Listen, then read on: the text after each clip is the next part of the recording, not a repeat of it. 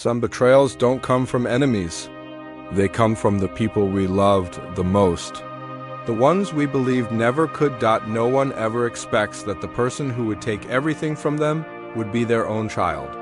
But that's exactly what happened to me. No, what he took wasn't just money. It was trust. It was my sense of safety.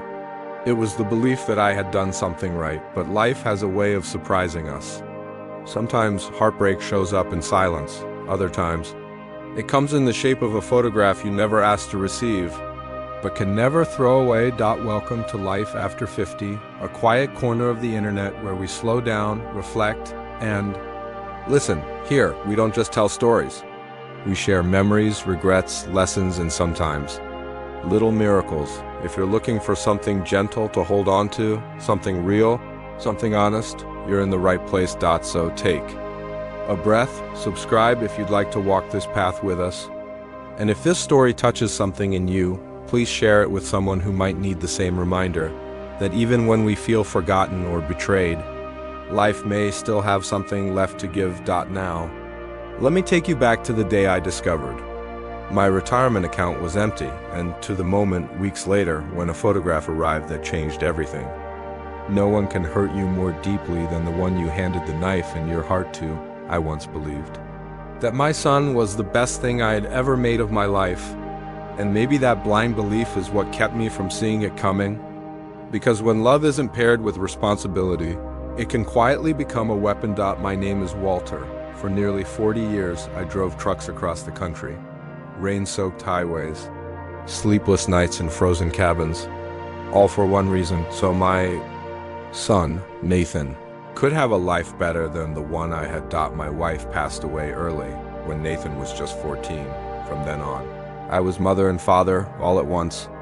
I can't count how many nights I drove through the dark, haunted by the thought of him coughing alone in bed, with no one to pull up the blanket. I never complained. I told myself, I suffer now so he won't have to later. How could I have imagined that the very person I poured my strength into would be the one to leave me empty, an empty account, and the beginning of doubt? When I turned 66, I retired. I had a modest retirement account, not extravagant, but enough to live simply. Plant a garden, sip hot tea, maybe write a little book about my life on the road. I handed over management of my accounts to Nathan. I trusted him. He said, "Dad, you've done enough. Let me handle the money. You just enjoy your life." I never checked. I never asked questions. I never doubted until the day I needed to schedule a health checkup and wanted to withdraw a small amount. I called the bank, gave them my details, and then came the silence. The voice on the other end cleared her throat and said, "Sir, your account currently holds $42.83. I laughed.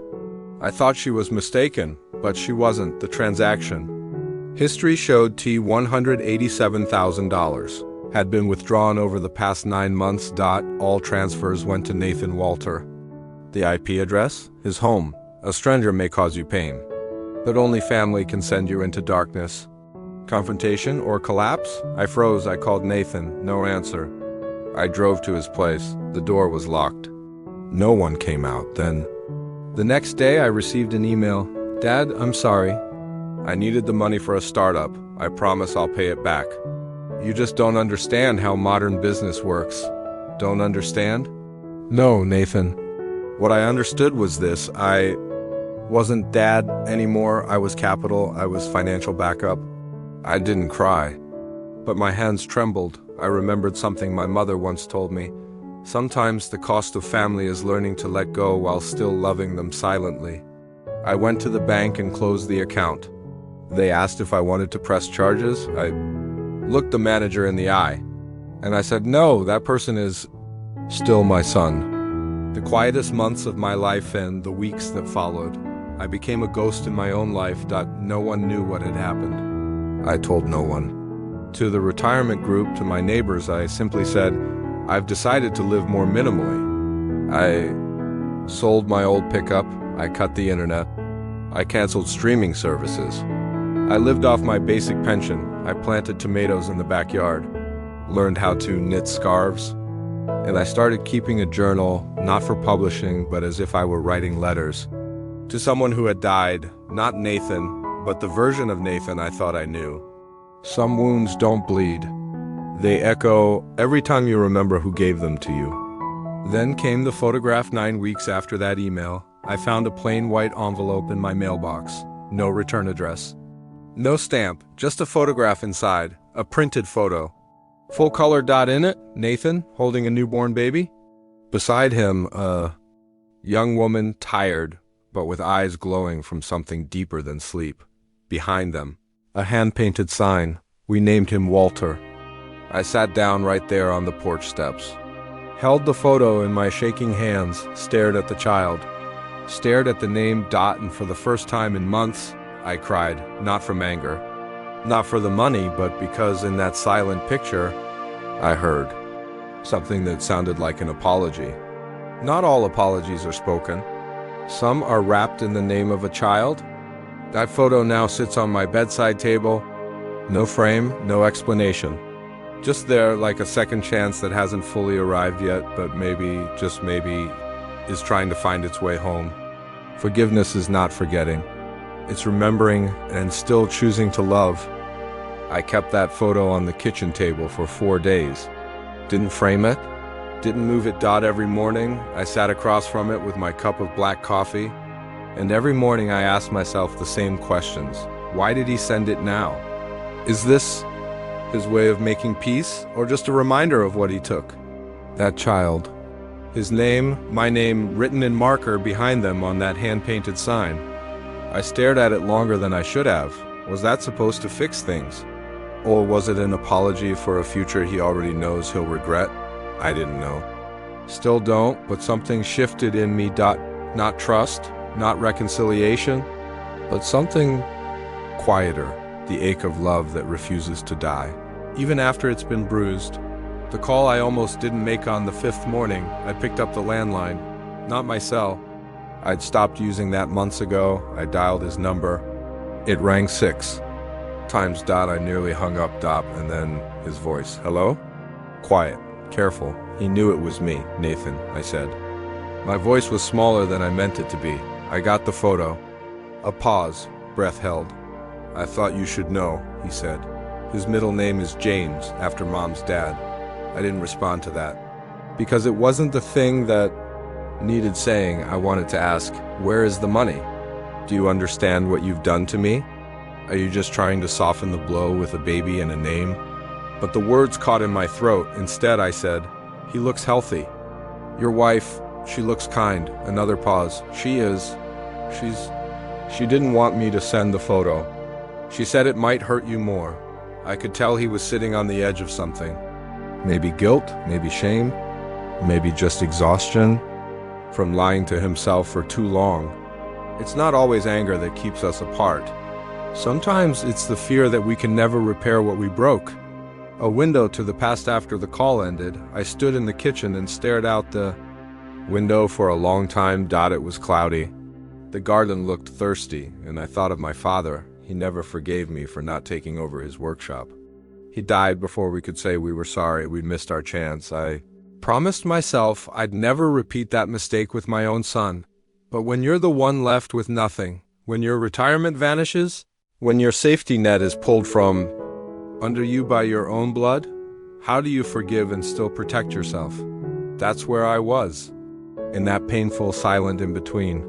Sometimes love stays, but the gates of trust, once burned, do not swing open so easily. The letter I wrote, but never sent that night. I wrote Nathan a letter. It wasn't long. I wrote, Dear Nathan, I've been sitting with a picture of your new family. I see myself in the baby's eyes, but I also see a gap between us. That wasn't always there. You took something from me that I may never get back. Not just money, but time, security, a sense of pride in the way I raised you. And yet, when I look at your child, I want to believe that maybe something of me made it through to him. Something worth saving. I folded the letter, placed it in an envelope, wrote his name on the front. And then I placed it in the drawer. It's still there. Not every truth needs to be sent. Some are written so the heart can rest. Something unexpected grew in the weeks that followed. Something strange happened. I found myself waking up earlier. I watered the garden more carefully. I trimmed the hedges, cleaned the gutters, polished the windows. It wasn't forgiveness, not yet, but it was movement. Small motions that felt like rebuilding, not for Nathan, but for me. I even took out my old camera, the one I used when Nathan was little, back when birthdays were messy and smiles were real. I began taking photos of the tomato vines, the sunrise, the squirrels that chased each other across the porch railing. Healing isn't loud. It happens in quiet things, the way you wash your cup, the way you greet the morning. Another envelope. One afternoon, I heard the soft thunk of the mailbox lid. I stepped outside. Another envelope. No return address. Same handwriting. Inside, a hand-drawn picture, crayon, scribbled. Unsteady, a child's attempt at a stick figure holding the hand of a taller one. Above it, me plus Papa Walt. I sat down on the steps again. Same place I saw the photo the first time, but this time my heart didn't twist with confusion. It ached, yes, but not from betrayal, this time. It ached from remembering that love, when it's real, never truly dies. We don't heal by forgetting. We heal by remembering and choosing to live anyway. It was a Friday morning, cool, overcast, the kind of day that makes your bones ache if you've lived long enough. I was sweeping the front porch, same as I did every morning when I heard the car, slow tires crunching gravel. An engine that didn't belong to the neighborhood. I didn't think much of it at first, until it stopped right in front of my gate. A moment passed. Then the door opened. I recognized the silhouette before I recognized the face. It was Nathan. And behind him, in a car seat, was the baby. My grandson. I didn't move. I didn't wave. I just stood there with the broom still in my hands, like I wasn't sure whether to keep sweeping or to let everything else sweep me away. He raised a hand, half wave, unsure. Dad, he said softly, like he was trying not to scare the air between us. The threshold. I opened the gate. I didn't smile, but I didn't close it either. He walked slowly up the path, carrying the baby. He looked thinner, tired, older than I remembered, which was a strange thing to say about your own son. Can we come in for a minute? He asked. I stepped aside. He entered the home he hadn't seen in nearly a year. The baby gurgled. His name, I remembered, was Walter. The first thing Nathan said once inside was, "You rearranged the furniture." I hadn't. He just hadn't seen it in so long. We sat down at the table, the same table where I had stared at that photo for 4 days. The conversation that didn't start with an apology. I'm not here to ask for forgiveness, he said. I raised an eyebrow. He continued. I know I don't deserve it. I know I messed up bad. He looked at the baby, bouncing gently in his arms. But he deserves to know you. He's not part of what I did. He's just here. And I want him to have something better than what I turned into. Sometimes we apologize not to erase the past, but to open the door for something better to grow beside it. I nodded slowly. I didn't know what to say. So I said the only thing that came honestly. You broke something in me, Nathan. And it hasn't healed yet. He looked down. Didn't try to argue. I know, he whispered. But maybe I can build something new. With him, with you, even if it's not the same. I reached out.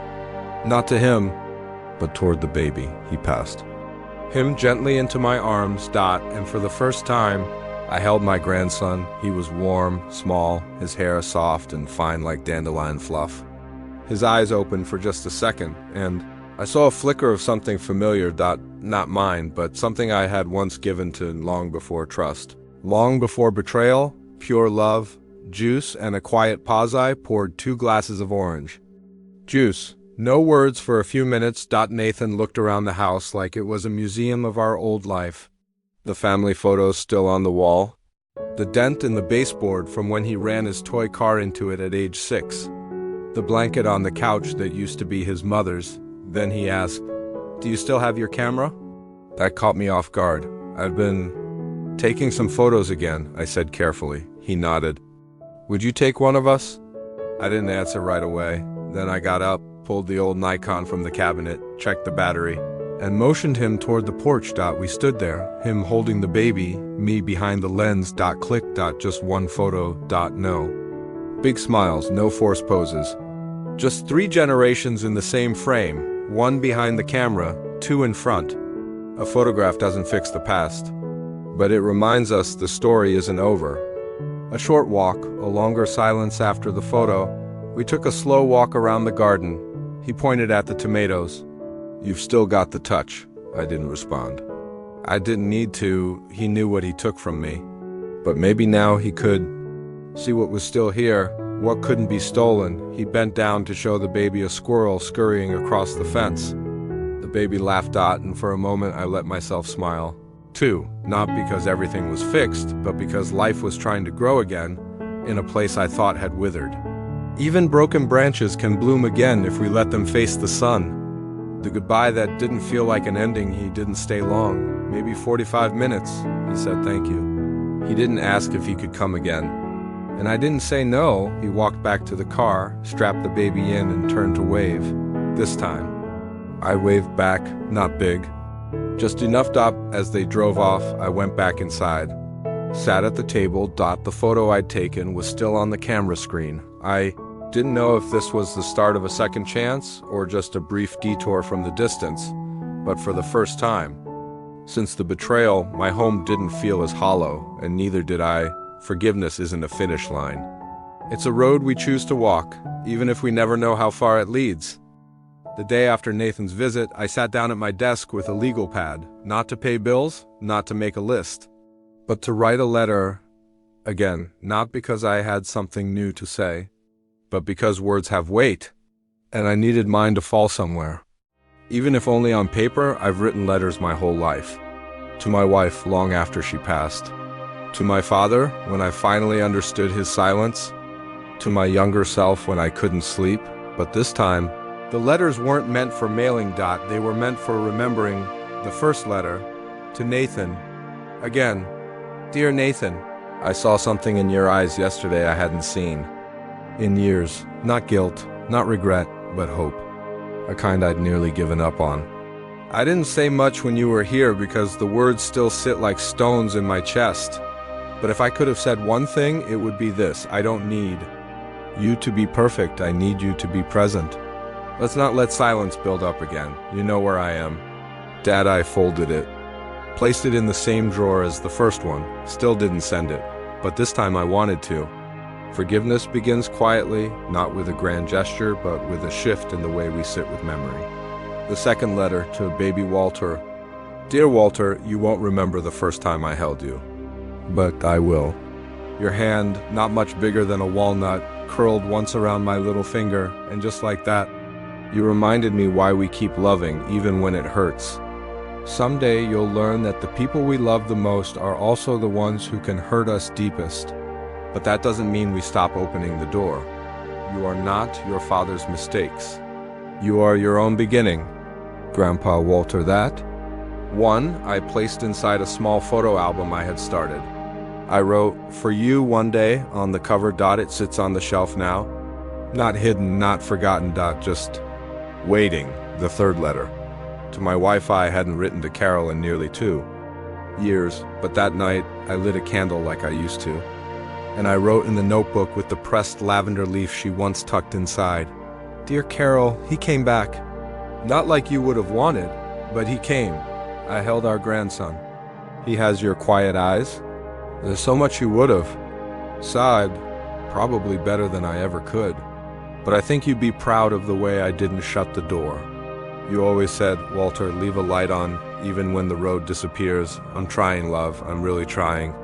Your stubborn old Manny closed the notebook, didn't cry, just sat there in the silence, letting the candle flicker like a heartbeat in the dark. We don't just grieve the people we lost. We grieve the things we never got to say, until we say them anyway. A new routine in the days that followed. Things didn't change dramatically, but they shifted. Nathan sent one text. Thanks for letting me stop by. I hope it wasn't too much. I replied simply, it was just enough, no more. No less. I started printing the photographs I had taken, of the garden, the house, the squirrels, and yes, the one of Nathan and baby Walter on the porch. I placed them in an album called Proof That Life Goes On. I didn't do it for them. I did it for me. To remind myself that healing doesn't mean pretending it never hurt. It means collecting the pieces and choosing which ones still belong to the next chapter. Life after 50 isn't about forgetting the storms. It's about planting something anyway, because you survived. One more letter. To myself I wrote one last letter, a short one. Dear Walter, you are still here. And that is enough. Miss, sometimes I reread it. Sometimes I forget it's there, but when the mornings feel especially gray, and the loneliness curls at the edge of my bones, I open that drawer, and I remember that the words we give ourselves matter just as much as the ones we give away. Your story isn't over just because a chapter ended painfully. You are still writing, and you are still worthy of the pen. I've spent most of my life as a collector, not of stamps, not of coins, but of moments, a laugh echoing down a hallway, the smell of Carol's hair after rain, the sound of Nathan's feet on the porch when he was 7, racing to show me something broken he thought I could fix, and when it all fell apart, when the trust shattered and the silence swallowed our days, I became a collector of hurt. But even grief has a weight limit. And slowly, without ceremony, I began to ask myself a quiet, honest question. What am I still holding that I no longer need? The box in the attic had started with a box, labeled in black marker. Nathan's school years. I hadn't opened it since Carol packed it before she died. I took it down from the attic one late afternoon. The dust on the lid made my fingers. Gray dot inside, a paper mache volcano, a Father's Day card written in red crayon. You're my hero, a photo of us at a lake. Both of us sunburned, smiling so hard you could see our gums, the little plastic key he gave me when he was 5. Said it was to his secret heart. I sat on the floor, surrounded by things I'd forgotten I'd saved, and I cried. Not the loud kind, the kind that leaks out quietly because there's no room left inside. Sometimes it's not forgiveness we're waiting for, it's the memory of why we loved in the first place. Letting go, but not erasing. I didn't throw the box away, but I did something else. I wrote a letter, this time with an envelope. I enclosed a few of the items from the box, not to shame him, but to remind him who he used to be. I mailed it. No note, no return address. Just that small key taped to a folded card, if he still remembers what it meant. Maybe he'll find a way back to it. The things we send don't always fix what's broken, but sometimes they place a seed in the ruins. The mirror. Finally faced. I used to avoid mirrors, not because I feared age, but because I feared reflection, the kind that shows what's behind the eyes. But lately, I started standing in front of it again. I looked at the lines around my mouth, the way my shoulders curved inward now. I didn't see weakness. I saw a man still showing up, even when trust was taken, even when love got messy, even when the sun you raised turned into someone you barely recognized, and then, maybe slowly, back into someone you could. I said this aloud to the mirror one morning. You didn't fail, Walter. You just loved someone who forgot how to hold it. And then I whispered something even harder. But he's learning again. And so are you. The garden and what grew back by the end of spring. The garden was full again. Tomatoes, basil, peppers. The bird bath had a family of finches splashing each morning. Even the old wind chime Carol loved. I finally fixed the string so it could sing again. Nathan visited once more. No big conversation this time. He brought baby Walter again. They stayed an hour. We walked. Took another photo. This time, Nathan asked if he could send me something. A few days later, a book arrived. Hardcover, titled Letters Never Sent. A father's voice. Inside were transcribed versions of the letters I'd written. He'd found the drawer, he'd read them, and he'd printed them as a book for me.